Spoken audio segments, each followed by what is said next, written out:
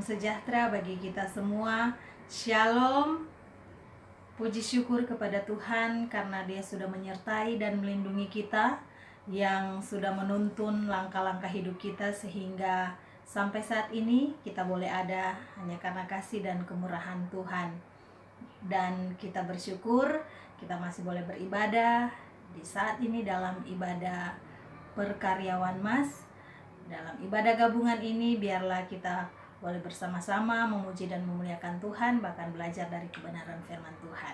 Mari saat ini kita memulai persekutuan ibadah gabungan Perkaryawan Mas ini dengan mengambil waktu teduh untuk bersyukur secara pribadi. Mari bersyukur kepada Tuhan.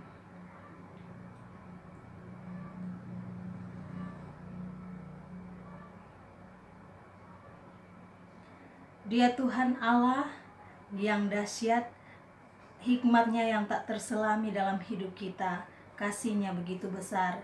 Dia ajaib, Dia layak menerima setiap pujian dan hormat kita.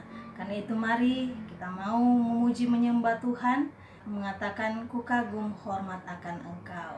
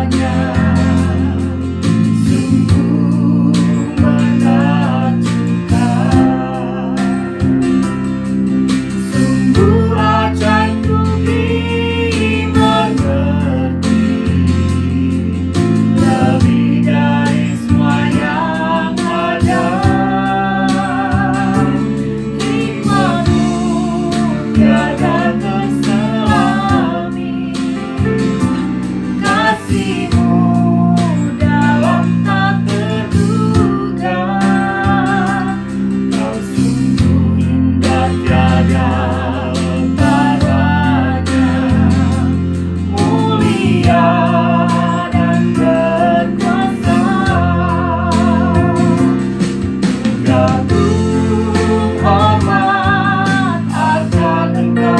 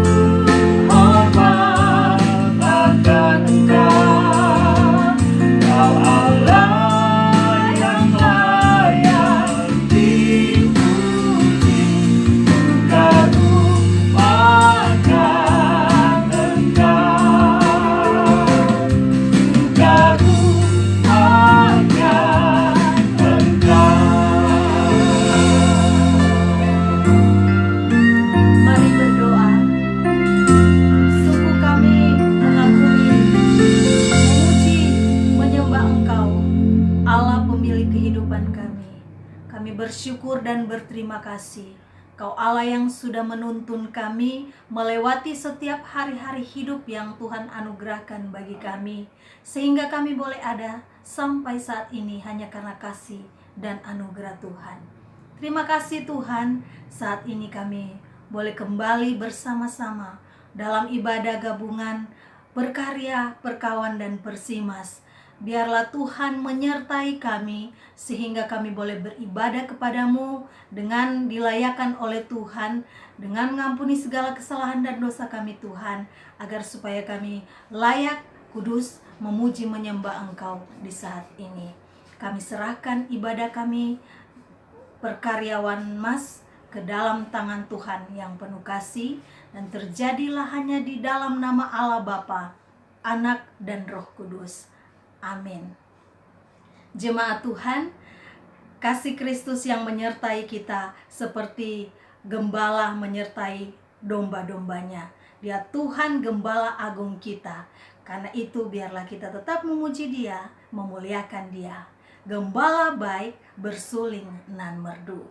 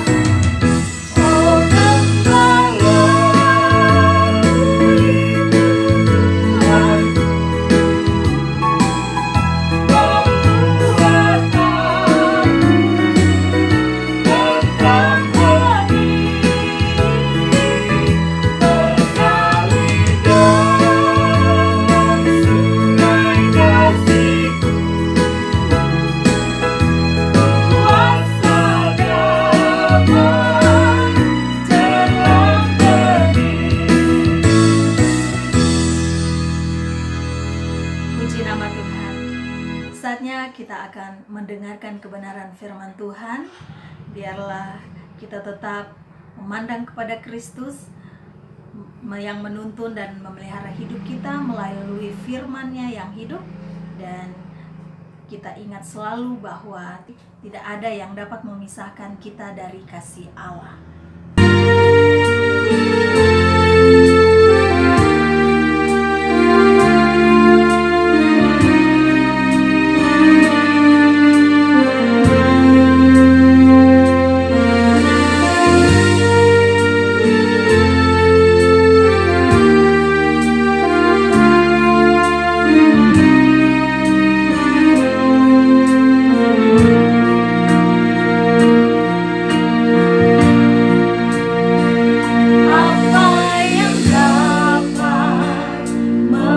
akanku.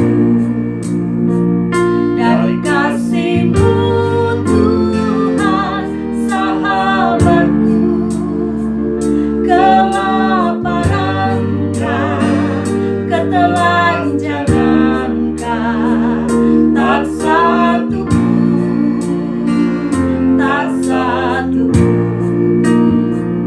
Apa yang dapat memisahkanku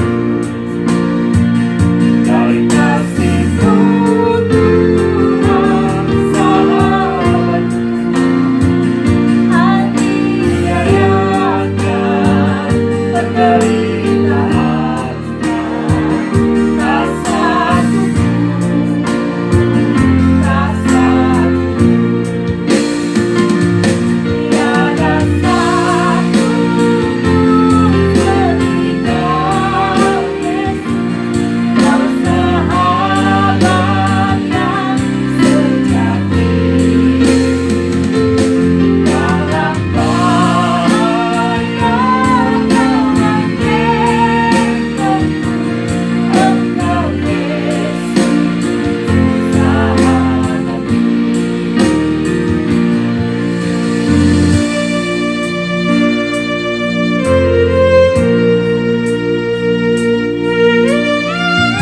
Tidak ada satupun yang dapat memisahkan kita dari kasih Allah.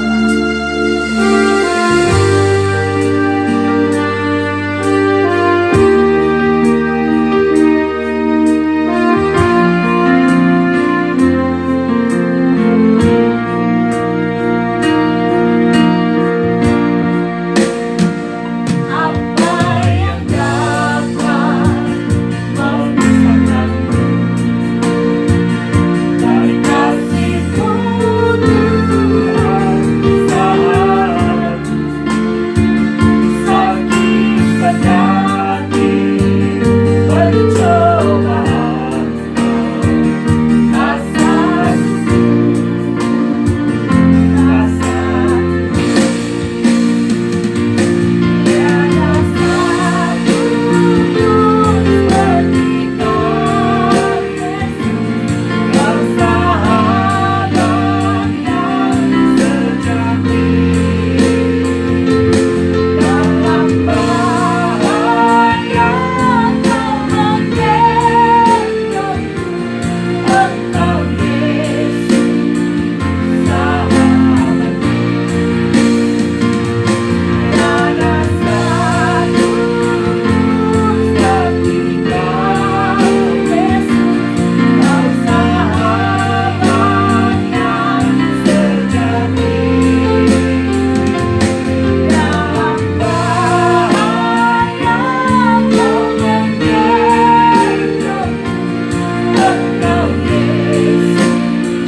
Dalam bahaya Kau mengendongku, Engkau Yesus, sahabatku. Engkau Yesus, sahabatku. Haleluya. Puji nama Tuhan.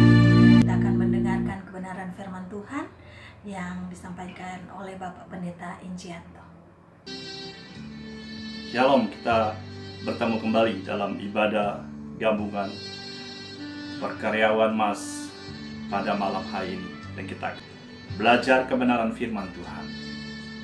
Sebelum kita lebih lanjut, mari kita datang kepada Tuhan dalam doa. Mari kita berdoa. Tuhan Yesus, kami bersyukur kepada Engkau Tuhan. Engkau Allah pemilik firman, dan pada saat ini kami akan belajar atau mendengar kebenaran firman. Tuhan, tuntun kami agar apa yang kami dengar, apa yang kami temui dalam kebenaran firman Tuhan yang kami renungkan pada kesempatan ini, kami diberkati lewat semuanya. Pakai hamba-Mu lewat perkataan hamba-Mu ini, supaya semuanya menjadi berkat bagi perkaryawan Mas yang mendengar pada saat ini. Terima kasih Tuhan. Di dalam nama Tuhan Yesus kami berdoa dan mengucap syukur. Amin. Perkaryawan Mas yang sekasih dalam Yesus Kristus, kita akan membaca firman Tuhan di dalam Kisah Para Rasul pasal 9 mulai ayat yang pertama sampai ayat yang ke-19. Dari Kisah Para Rasul pasal 9 ayat 1 sampai ayat yang ke-19. Demikian firman Tuhan. Sementara itu berkobar-kobar hati Saulus untuk mengancam dan membunuh murid-murid Tuhan. Ia menghadap imam besar dan meminta surat kuasa daripadanya untuk dibawa kepada majelis Yahudi di Damsyik, supaya jika ia menemukan laki-laki atau perempuan yang mengikuti jalan Tuhan, ia menangkap mereka dan membawa mereka ke Yerusalem. Dalam perjalanannya ke Damsyik, ketika ia sudah dekat kota itu, tiba-tiba cahaya memancar dari langit mengelilingi dia. Ia rebah katanya, dan kedengaranlah olehnya suatu suara yang berkata kepadanya, Saulus, Saulus, mengapakah engkau menganiaya aku? Jawab Saulus, siapakah engkau Tuhan? Katanya, Akulah Yesus yang kau aniaya itu. Tetapi bangunlah dan pergilah ke dalam kota. Di sana akan dikatakan kepadamu apa yang harus kau perbuat. Maka termangu-mangulah teman-temannya seperjalanan, karena mereka memang mendengar suara itu, tetapi tidak melihat seorang juga pun. Saulus bangun dan berdiri, lalu membuka matanya, tetapi ia tidak dapat melihat apa-apa. Mereka harus menuntun dia masuk ke Damsyik. 3 hari lamanya ia tidak dapat melihat, dan 3 hari lamanya ia tidak makan dan minum. Di Damsyik ada seorang murid Tuhan bernama Ananias. Firman Tuhan kepadanya dalam suatu penglihatan. Ananias, Jawabnya, Ini aku, Tuhan. firman Tuhan. mari, pergilah ke jalan yang bernama Jalan Lurus, dan carilah di rumah Yudas, seorang dari Tarsus yang bernama Saulus. Ia sekarang berdoa, dan dalam suatu penglihatan, ia melihat bahwa seorang yang bernama Ananias masuk ke dalam dan menumpangkan tangannya ke atasnya, supaya ia dapat melihat lagi. Jawab Ananias, Tuhan, dari banyak orang telah kudengar tentang orang itu. Betapa banyaknya kejahatan yang dilakukannya terhadap orang-orang kudus-Mu di Yerusalem. Dan ia datang kemari dengan kuasa penuh dari imam-imam kepala untuk menangkap semua orang yang memanggil nama-Mu. tetapi firman Tuhan kepadanya, Pergilah, sebab orang ini adalah alat pilihan bagiku, untuk memberitakan namaku kepada bangsa-bangsa lain, serta raja-raja dan orang-orang Israel. Aku sendiri akan menunjukkan kepadanya betapa banyak penderitaan yang harus ia tanggung oleh karena namaku. Lalu pergilah Ananias ke situ dan masuk ke rumah itu. Ia menumpangkan tangannya ke atas Saulus. Katanya, Saulus, saudaraku, Tuhan Yesus yang telah menampakkan diri kepadamu di jalan yang kau lalui, telah menyuruh aku kepadamu, supaya engkau dapat melihat lagi dan penuh dengan Roh Kudus. dan seketika itu juga, seolah-olah selaput gugur dari matanya, sehingga ia dapat melihat lagi. Ia bangun, lalu dibaptis. Dan setelah ia makan, pulihlah kekuatannya. Puji nama Tuhan. Sebagaimana firman Tuhan yang sudah kita dengar, sebagaimana pertobatan Rasul Paulus dalam kehidupan sebelum dia menerima atau mengenal Yesus sebagai Tuhan dan Juru Selamat. Kita sudah memahami semuanya, apa yang dia lakukan. Ya, orang yang jauh dari Tuhan, yang menganggap dirinya sudah melakukan yang terbaik untuk menyenangkan hati Tuhan. Itu menurut versi Saulus sebelum dia mengenal Yesus sebagai Tuhan dan Juru Selamat.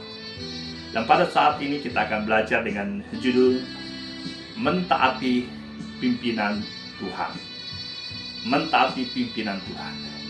Nah, di zaman sekarang ini tidak mudah untuk menemukan orang yang memiliki roh tunduk pada pimpinan.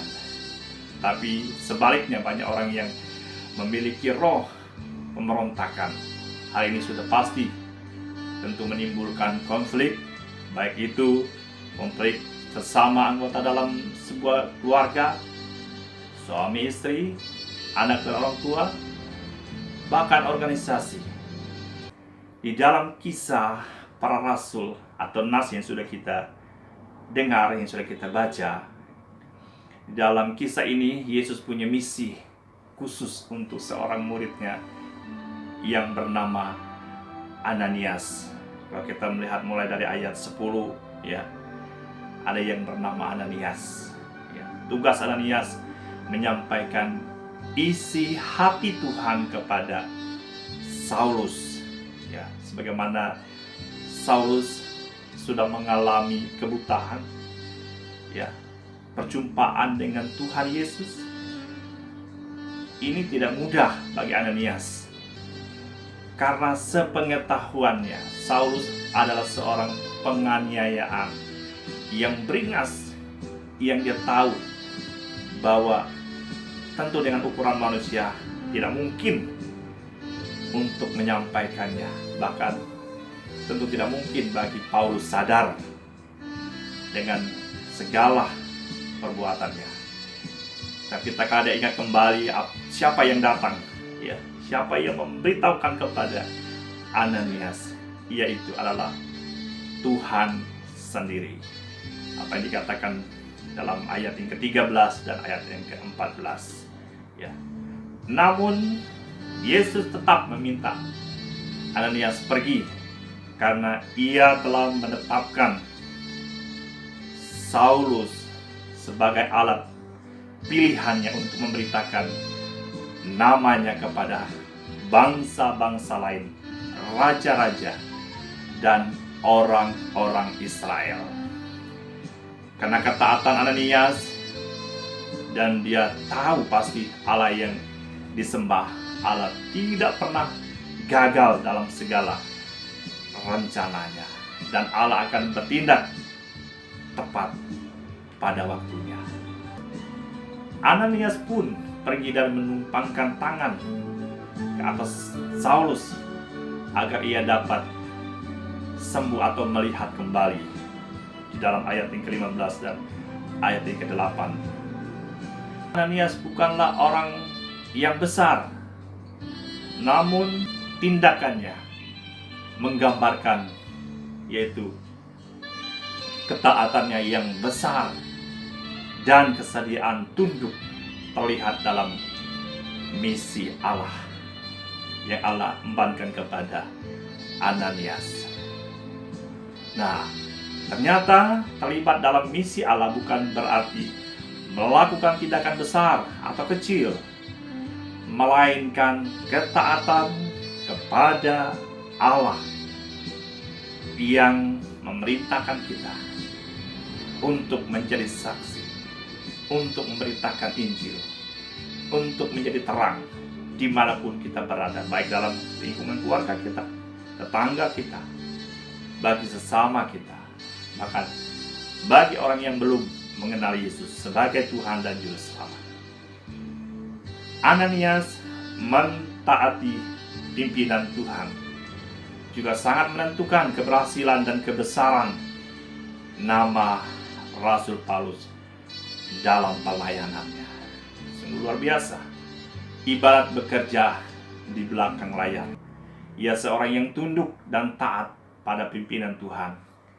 Ia berperan sangat menentukan seorang Saulus menjadi Paulus yang tenar dalam berkarya bagi Kristus, melayani Tuhan dalam keadaan tersiksa sekalipun, dalam keadaan penderitaan apapun yang dia alami. Semuanya terjadi karena Tuhan yang memimpin, memelihara Rasul Paulus. Bahkan dalam semuanya itu terjadi karena ketaatan seorang Ananias yang tunduk kepada pimpinan tuntunan Roh Kudus, sehingga rasulnya atau Rasul Paulus menjadi hambanya yang terkenal, sehingga kita mengenal dia sungguh luar biasa dalam perjalanan pemberitaan Injilnya. Nah, karyawan emas yang saya kasih dalam Yesus Kristus, Ananias tidak mau menonjolkan namanya. Sekalipun dengan tidak menonjolkan namanya, ya, dengan sendirinya kita mengerti, memahami bahwa Ananias orang yang sangat berperan dipakai Tuhan dalam keberhasilan pelayanan Paulus.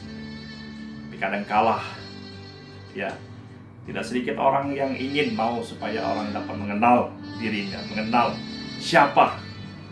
Ya, kalau bukan saya, siapa lagi? Seperti apa yang dialami oleh Ananias. tidak perlu dia ceritakan ya dengan sendiri, karena kebenaran tidak pernah tersembunyi.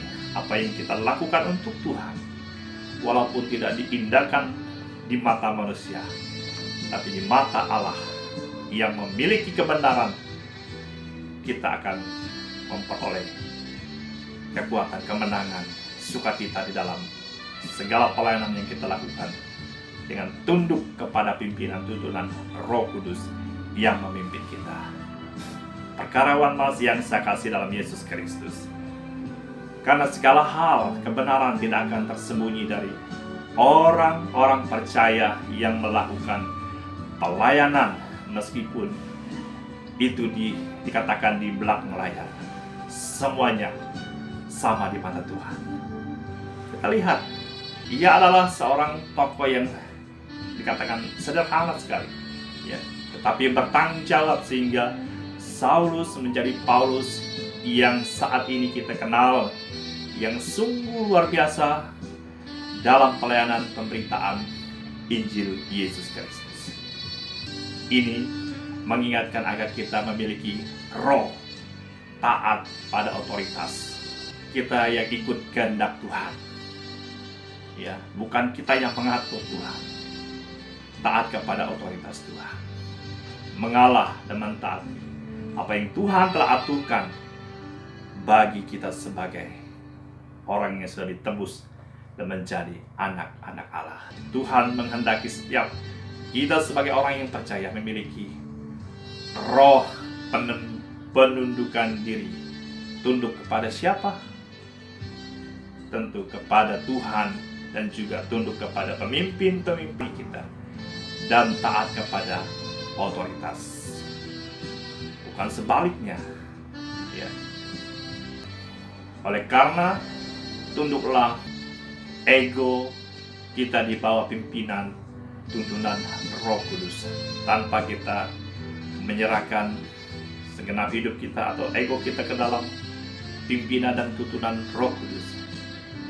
Kita tidak akan pernah mampu, karena gengsi yang menguasai kita, yang membuat kita mengatakan, oh, dia masih tahu apa dia, ya, dia masih kecil, saya kan sudah dewasa, saya kan sudah tua.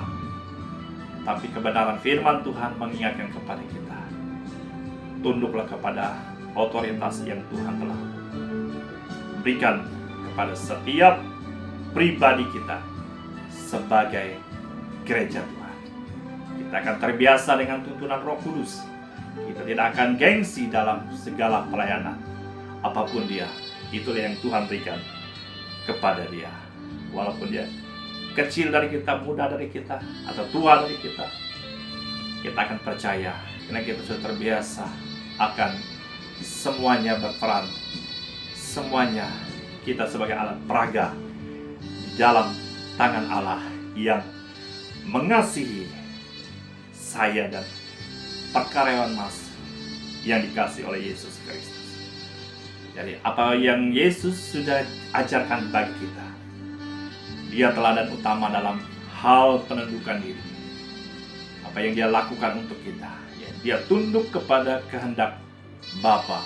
Bahkan dalam keadaan manusia, ia telah merendahkan dirinya dan taat sampai mati, bahkan sampai mati di kayu salib. Katakan dalam Filipi pasal 2 ayat yang ke-8. Jadi tanpa penundukan diri di mata Tuhan, kita bukanlah pribadi yang berkualitas. Bukti kualitas iman percaya kita akan tunduk kepada otoritas pimpinan Roh Kudus yang memimpin saya dan perkaryawan Mas yang dikasih oleh Yesus Kristus. Puji nama Tuhan. Mari kita berdoa. Tuhan Yesus, kami bersyukur kepada Engkau Tuhan, kebenaran firman-Mu yang telah mengingatkan kami kembali kepada kebenaran-kebenaran, bahkan kepada hal-hal yang harus kami jauhkan dari kehidupan kami sebagai orang yang sudah diselamatkan di dalam Yesus Kristus. Tundukkan ego kami di bawah pengaruh pimpinan Roh Kudus yang memimpin memelihara kehidupan kami, agar kami senantiasa melakukan yang terbaik, dan dengan tunduk belajar terus mengikuti otoritas yang Tuhan telah percayakan bagi kami setiap gereja Tuhan. Kami adalah alat-alat peraga dalam tangan kasih. Ajarlah kami menjadi pribadi yang tunduk kepada pimpinan-Mu. Di dalam nama Tuhan Yesus kami sudah berdoa dan mengucap syukur. Haleluya. Amin. Shalom. Demikianlah kebenaran firman Tuhan yang sudah kita dengarkan bersama. Biarlah firman Tuhan yang akan menguatkan dan menuntun kehidupan kita, dan kita menjadi pendengar dan pelaku firman. Kita akan mengungkapkan rasa syukur kita lewat pemberian persembahan. Mari kita nyanyikan bersama. Tiap langkahku diatur oleh Tuhan.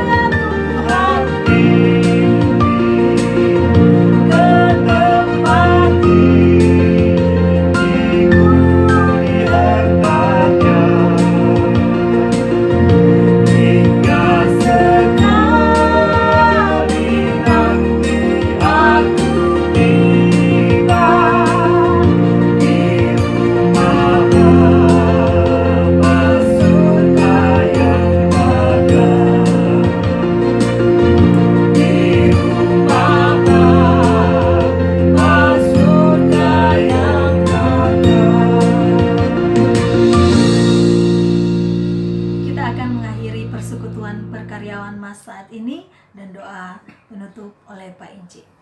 Mari kita datang kepada Tuhan, kita berdoa. Kami bersyukur kepada Engkau Tuhan, Engkau telah menuntun kami di saat kami menyembah Engkau Tuhan.